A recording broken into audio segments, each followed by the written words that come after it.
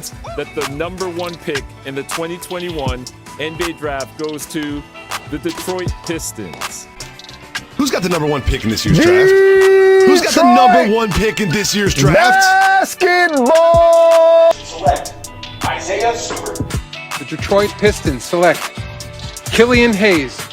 Saddiq, that was absolutely sensational. I don't know what went into that process. I met the criteria to be selected, but I wasn't. From long range. Oh! Yes! Detroit basketball! Pistons fans, welcome back to another edition of the Palace of Pistons Podcast, part of the Believe Network. I'm your host, Mike Anguilano, and joining me this week is Jasper Apollonia. Jasper, how are you doing, buddy? I'm doing great, man. How have you been, Mike? It's been a second since we've been on here together.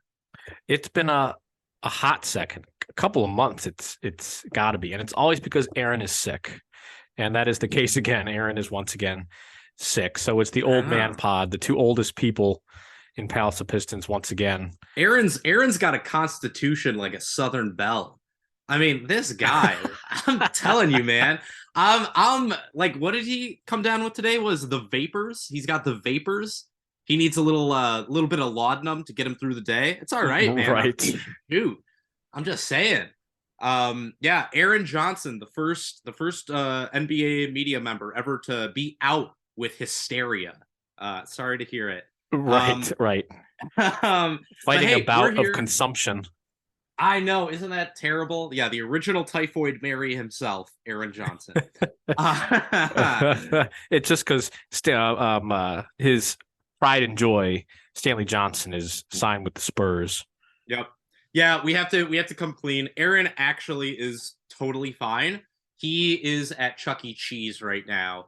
He's pulling double duty. He's going to Chuck E. Cheese for the skee ball, and then he's going next door to Hooters for the wings. And he's I want to go to a strip mall that has that layout. Oh, strip mall. You said strip mall. I'm sorry. Right. No, that is like some Sims level of city planning to put the Chuck E. Cheese next to the Hooters. Wow. If you've ever been to Chuck E. Cheese, you know they recently got rid of pitchers. You know, you can't get. I actually, can you still get booze there? Because I've seen way too many stories about parents no idea getting in fights at Chuck E. Cheese. It's because they would give out pitchers, like the kids are playing whatever games, and then the parents are getting wasted because what else are they going to do? And they're getting in fights at Chuck E. Cheese. But yeah, enough about Aaron's day. We actually have a lot of Pistons news this week. I mean, we should probably get into the most important thing first of all, right? And that's Cade Cunningham. Right, and that is Cade Cunningham. But before we dive into all of that Pistons news, we'd like to thank our sponsor again for this week, which is BetOnline. And basketball is back, and BetOnline remains your number one source for all your sports betting needs this season. You'll always find the latest odds, team matchup info, player news, and game trends at BetOnline. And as your continued source for all sports wagering information, BetOnline features live betting, free contests, and giveaways all season long. It's always the fastest and easiest way to bet all your favorite sports and events, whether that's the NFL, NBA, NHL, MMA, tennis, boxing, or even golf. Head on over to betonline.ag to join, receive your 50% welcome bonus on your first deposit using promo code BLEAV. That's BLEAV. Again, betonline.ag. Use the promo code BLEAV, BLEAV, on your first deposit. You get a 50% welcome bonus. BetOnline, where the game starts. All right, Jasper, let's get right into it because, like you said, there is a lot of Pistons news that has just come down over the last couple of days, really the last couple of hours, and none looms larger for the rest of the season than Cade Cunningham reportedly planning to undergo season-ending surgery on his shin. He was battling that for about a month. He hasn't played since November 9th. We got some flack in the YouTube comments a couple weeks ago, Aaron and myself, saying that if Cade's healthy, he should play. There was a lot of pushback saying he shouldn't play, even if he has, a tiny toe injury, a tiny anything. If his nose is sniffly, hold him out because we need as many losses as possible for Victor Wembanyama sweepstakes. And, now he is out for the season. reportedly. And, we talked a little bit about the ramifications of that as a possibility, but, you were not on that podcast. So what are your thoughts now that Cade is out for the rest of the season? What are your thoughts for the Pistons moving forward? Things to evaluate for the rest of the year? I mean, this is a big blow. There's just no other way about it. No, without a doubt. I mean, this is the Pistons' best player. And I know Bojan Bogdanovic has been absolutely incredible this year, but still, really, Cade is the guy that makes it all work. And this is nothing less of this is just a huge blow, period. RIP to those Pistons over 29.5 wins bets this year that were placed, because those are done now. Yeah, RIP to the $50 I put on them for that. Oh well. It is what it is, man. That's basketball. But yeah, betting. I think this is one of those situations where you have to look at the silver linings, because we've kind of suspected this was going to be the case.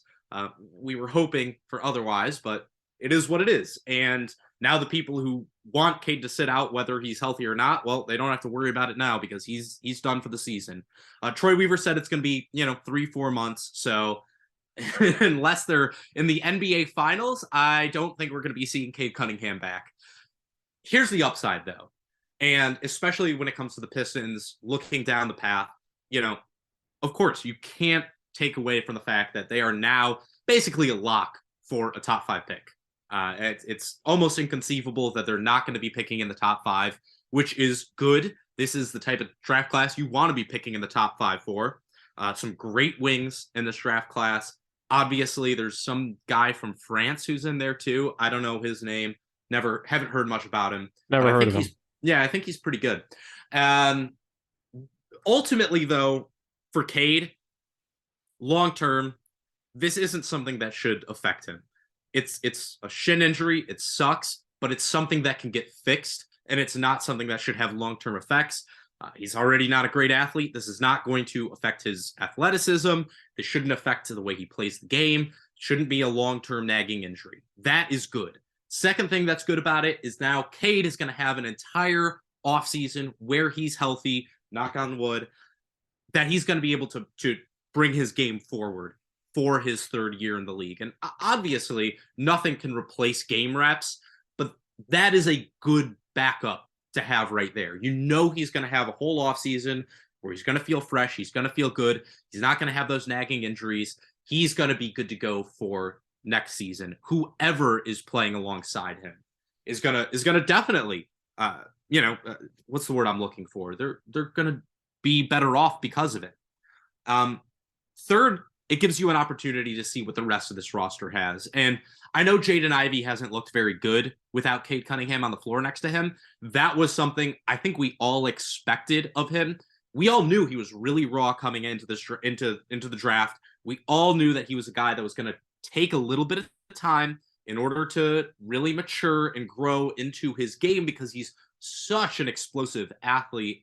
He needs that refinement in other aspects of his game. And so gives you a better chance to see exactly what you need to do with Ivy, exactly where he needs to grow going into next season, all the things that you can go into for the rest of this season that you can work on, those leaps and bounds that rookie point guards have to make every single year. Mike, this as a Cavs fan, watching Darius Garland, there is always a learning curve for rookie guards in this league. And Jaden Ivey is no different than any of them. So it gives you an opportunity to get past that.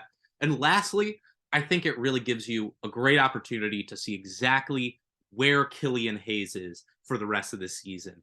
Is this a short-term, little spurt that he had to get his numbers back to his career averages? Or is this long-term who he is now? Did he make that little leap into really being a long-term part of this rotation?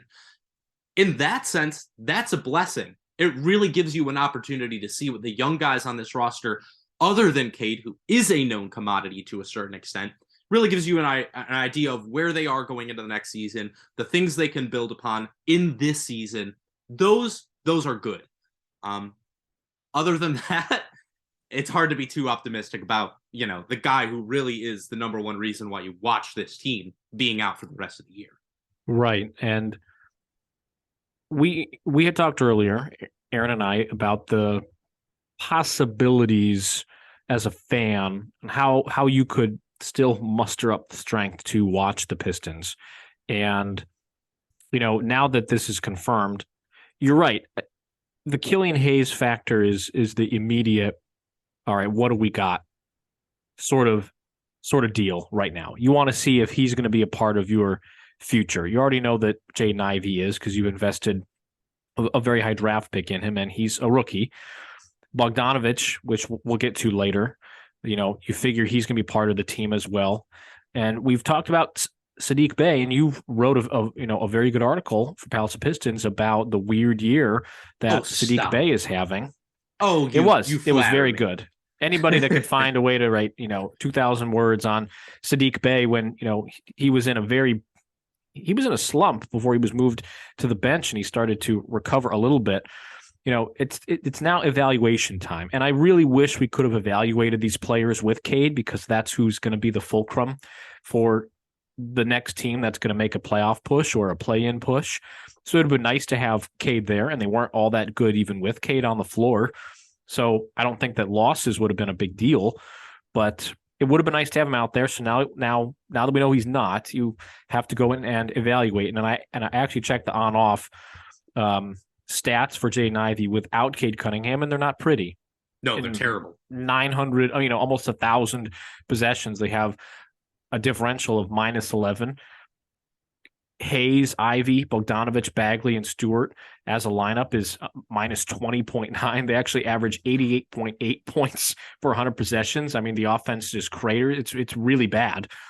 And those are the sorts of players, though, Hayes and Ivey, and even Marvin Bagley to an extent, to see what sort of role he's going to have on next year's team as a playoff push is more likely in the cards, and Isaiah Stewart as well.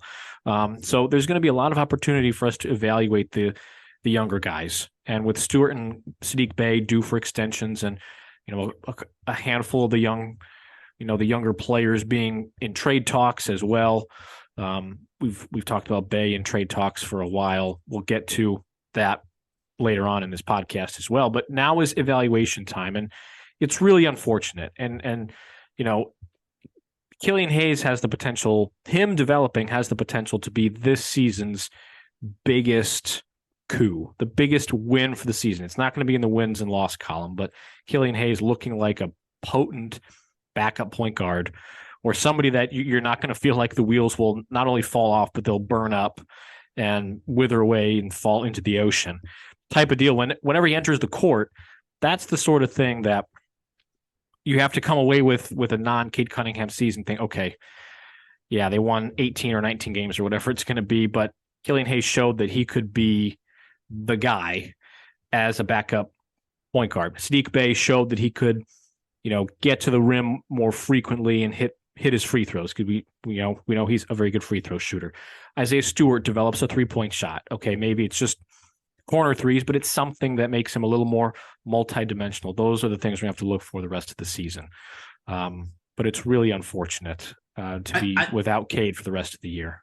I will say one guy that I think really is hurt the most by losing Cade is Jalen Duren. That's a guy you really wanted to see, especially now that he's coming on a little bit stronger. He's starting to solidify his place in the starting lineup.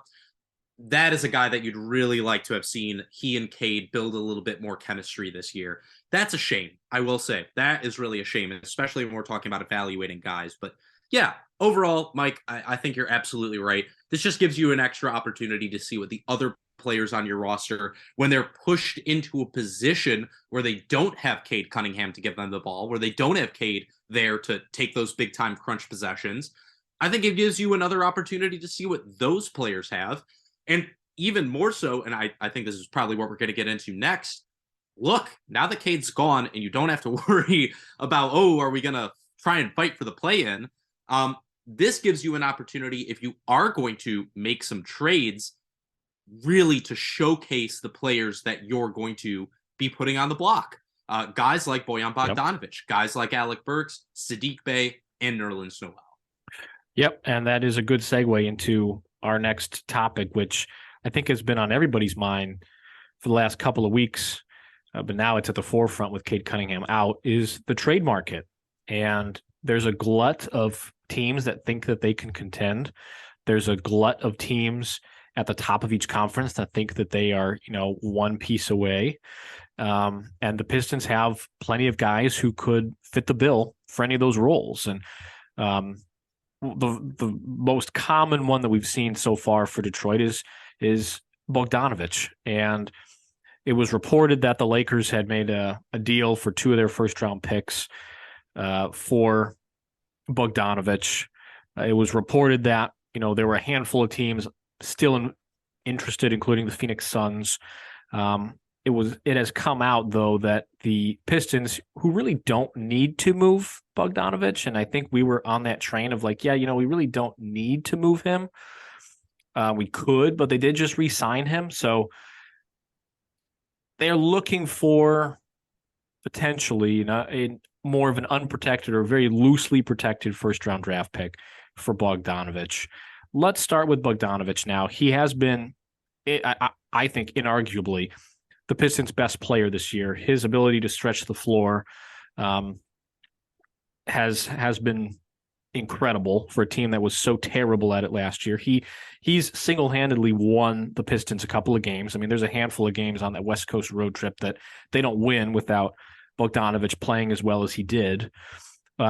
Let's start with Bogdanovic. Since you said before the podcast you had a couple of fake trades, do you have any other fake trades? And I know that you mentioned a few of them on our sister podcast, Palace of Pistons After Dark. But any other thoughts on Bojan Bogdanovic? I mean, when it comes to Bogdanovic, I think we've already kind of addressed it a little bit. Look, if the package isn't right, I don't want to move on from him. He's a really good player, and he's the only guy that's not only kept them in games, but has won them a couple games at that. Even more so, I think what he brings to this team in terms of veteran leadership, it's crucial. And I feel like every year people want to underplay how integral having veterans who have been there before and have won, how important that is to your team, especially when you have such a young locker room like the Pistons. I mean, it's no secret. One of my favorite shows of all time is NBA TV's Players Only. I just think it's one of the best basketball shows that's ever been put together. And one of the things they have on there is, it's these panels of former players really talking about the NBA and what goes into it. And one thing you will always hear from them is just how important, especially guys like Shaq, how important having players that had been there before and knew how to win was to growing them as players. He gives Horace Grant a lot of credit for that. And I think it's really something that people overlook as a crucial element to any team. It's great that they have Corey Joseph. It's great that they have guys like Rodney McGruder, but Bojan Bogdanovic is a high-level player that has been in high-level situations for really, really good teams. And that is something that I don't think that you can just overlook. When it comes to the Lakers trade, I'm with Troy Weaver on this. Unprotected first rounder or no deal. And I think that has to be kind of the guideline to any trade that happens with him. I don't necessarily have a whole lot of things on Bogdanovic, and that's simply because there's too many teams that would be interested in him for me to even come up with a potential trade that would make sense. I mean, there should be 24 teams calling for him. Yeah, I think Shams in his report said 12 different teams are interested in Bogdanovic. And frankly, I'm surprised it's that low. So for me, I think it's one of those things, yeah. The Lakers trade, fine. They want to trade Pat Bev and salary, whatever. That's cool. But it's going to have to come with an unprotected first rounder. Anything other than that is a non-starter for me. Yeah, I would agree. I think an unprotected first would be enough to keep me listening on the phone. But, you have an asset that a lot of teams want. There's no need to just settle and trade him for the sake of trading him. And as Sham said in his article, the Pistons are not eager to move him. He's been a quality veteran for a very young team. He's been to the playoffs, and they just don't have to move him if they don't have to. Some of the more interesting players to me are okay. The most interesting one is Saddiq Bey, and per league sources via Shams and The Athletic, or not Shams, actually. It's James Edwards III. Pardon me. The Pistons have been having calls and discussions about the third-year forward. It's kind of difficult to think about, considering we were here 2 years ago saying, singing the praises for Saddiq as one of the building blocks that was brought in to really start off the rebuild. But he's having a poor season. He's shooting just under 30% from deep. He was moved to the bench. He showed a little bit more potential. He showed a little bit more panache. He's taken some meaningful strides to be more than just an outside shooter. He is a good free throw shooter, so if he can sort of leverage his ability to get in closer to the basket and get fouled, should theoretically help things. He's not the best defender in the world, but he is, at this point, what he is. He is, a quote-unquote older third-year forward. He is 23, and he appears to be very gettable right now. So, Jasper, what are your thoughts on trading Saddiq Bey, and what sort of package would you want to get back for him? Same as it always has been. Honestly, like I first off, I don't think he's going to be traded. I just don't think it's going to happen. Second off, I am going to take a little victory lap on Saddiq moving to the bench. I literally said it from preseason. I said Saddiq Bey should probably be the guy that ends up going to the bench this year. And kudos to Dwayne Casey. He's done it, and the immediate returns have been pretty solid so far. It just makes a lot of sense to have him off the bench with his skill set, especially if he's not, a super, super accurate knockdown, catch and shoot, 3-point shooter like he has been, really not in years past. For 1 year, he was for his rookie year. And I think the more we move on from that, the better we're going to be able to evaluate what he is. Yeah, so, I mean, for me, when it comes to Saddiq Bey, I'm not really interested unless I'm getting back a high-level first, which I don't think you're going to get for him. Or, and I think this is really the thing that I've thrown out there, you need to package him with somebody in order to get back, like, a good star-ish player. Somebody like John Collins. That's been the guy I've really had my eye on. I think he would really make a lot of sense. Yeah, your front court is going to be a little bit more congested if you do that. But what if you package Bey with, Marvin Bagley? I don't know if that's something that the Hawks would necessarily be interested in, but for me, that makes a lot of sense. So yeah, I think when it comes to Saddiq, I don't think he'll be moved. They're just doing their due diligence on that. I will say one last thing on the Bogdanovic trade. Them extending him was really big. That was a huge move because they don't have to trade him this year. They can see what they have, hold on to him. His trade value is not going anywhere. I'm sorry. The idea that like Bojan Bogdanovic's trade value is going to crater after this season is ludicrous to me. Is there any part of his game that like you're like, oh, well, that's going to go away once he goes from 33 to 34? Absolutely not. Like that's his game. So I think his game's going to age really well. And now that he's under team control for a little bit longer, you can see where you're at after next year or during next season and make a trade then. It's still going to be there. It's the same thing we were saying about Jeremy Grant last season, where it's like, you don't have to make a trade if it's not there for you. And ultimately, what they ended up doing, instead of trading him for Cam Reddish, it bagged them Jalen Duren. So I think we can all see that being patient with assets like that, assets that age well, it's not a bad thing. And I think Saddiq Bey, he is still under control for next year as well. Same sort of deal. I just don't think it makes sense to trade him right now while his trade value is so low, unless a team really is going to be willing to give you back a player like say a John Collins type. So that's where I'm at with Saddiq right now as well. Yeah, I would wager he's not going to be traded either, because like you said, they'd be selling at very low value. And that just doesn't seem like something that Troy Weaver would do unless they get overwhelmed by some sort of an offer. I think you got to stick it out, let him be on the bench for a while. That does seem like the role he's best suited for, especially considering it looks like the Pistons want to play two bigs as sort of their primary starting lineup, and that's going to move Saddiq to the bench. And the way that he's playing, there's not really any justification to deviate from that. He's more suited to the four. as opposed to the 3. So at least on the defensive end. And that's just sort of how it's going to have to play out. You have to see what his value looks like. And, he's another guy who could be moved later, or his extension is a different number than what we had initially thought heading into this year. What about a couple of the bench guys, Nerlens Noel and Alec Burks? Let's start with Nerlens Noel. It seems like a lot of teams are interested in Noel. It was reported through The Athletic that Portland, Sacramento, Miami, and Dallas have been the most engaged when it comes to getting Noel. All of them are looking for some sort of rim protection.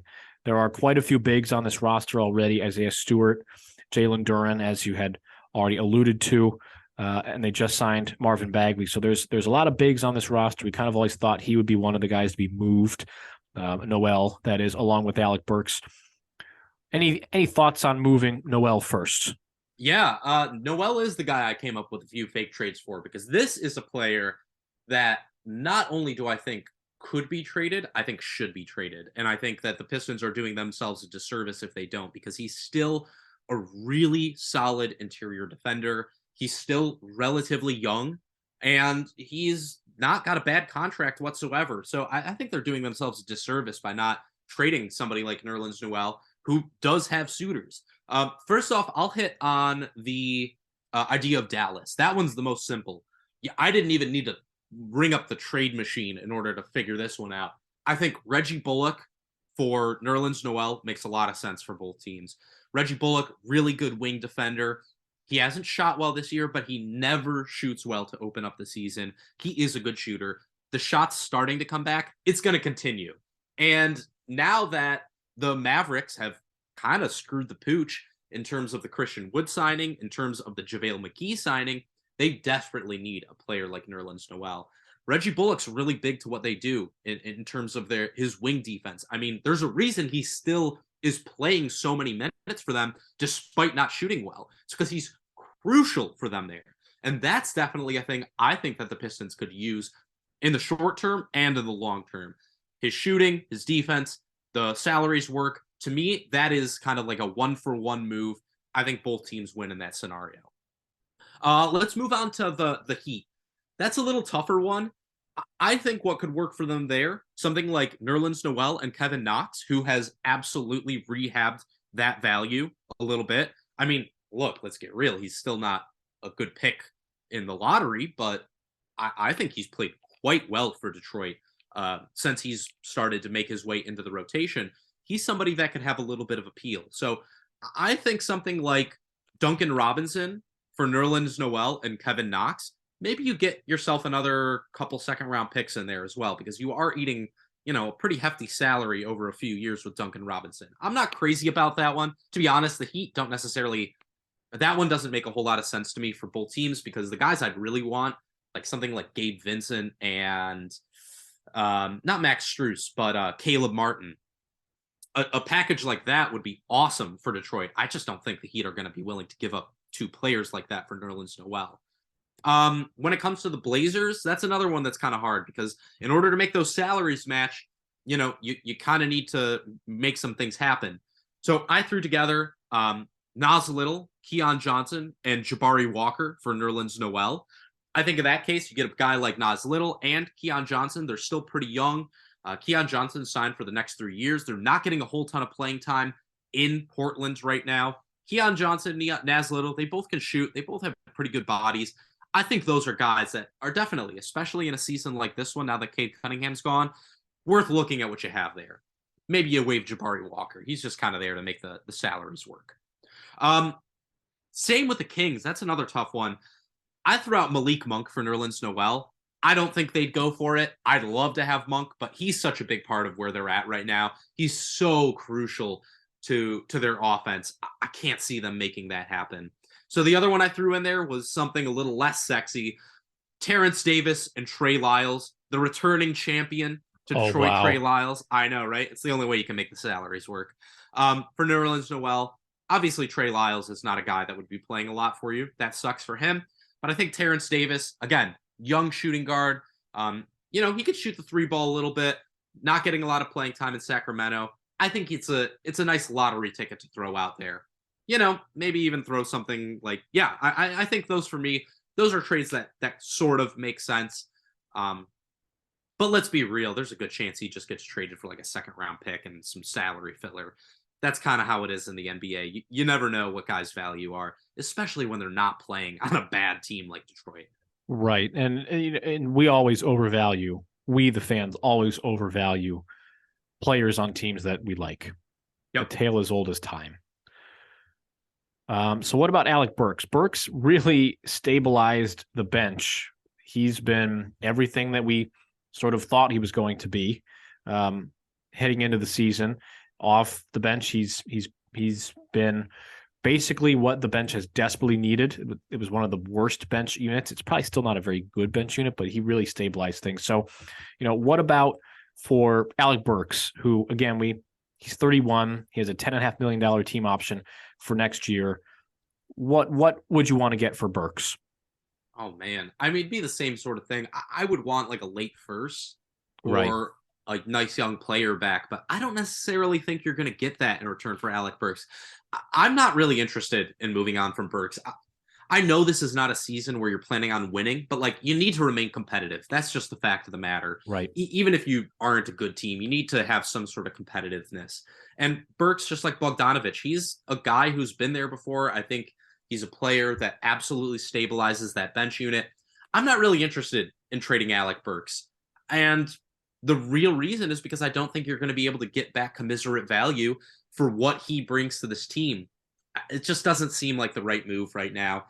I think, again, like Bogdanovic, he's a player, and again, like you said, it's a team option that can absolutely help this team next year when they are absolutely going to be trying to win. If they're not trying to win next year, then I'm going to have real questions, not just about Dwayne Casey, about Troy Weaver. That's when you start getting into that sort of like, what are we rebuilding towards kind of feeling. So for me, Alec Burks, again, it'd have to be one of those things, getting a late first. But even then, I don't really know if that's worth it for Detroit. You have a lot of young players. You have a lot of talent. You're going to have another top 5 pick. Do you necessarily need another young guy on a rookie deal? I don't know. I'm not entirely convinced on that. So for me, I think I'm holding on to Alec Burks.